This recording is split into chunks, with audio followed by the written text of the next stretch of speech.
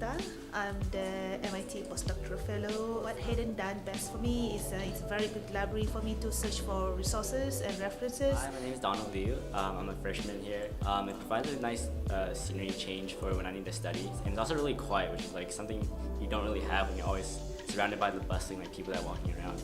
I'm Mustafa Jabran, junior, studying mechanical engineering. The various study spaces, the calm environment, and the view of the river. Hayden Library is a special place. It's an intellectual crossroads where students and faculty can connect with each other and with ideas, where they can spend time in quiet study looking out over the beautiful Charles River. We're renovating Hayden Library to respond to emerging needs of our community while still maintaining the unique character that has made it a special part of the MIT community for so long.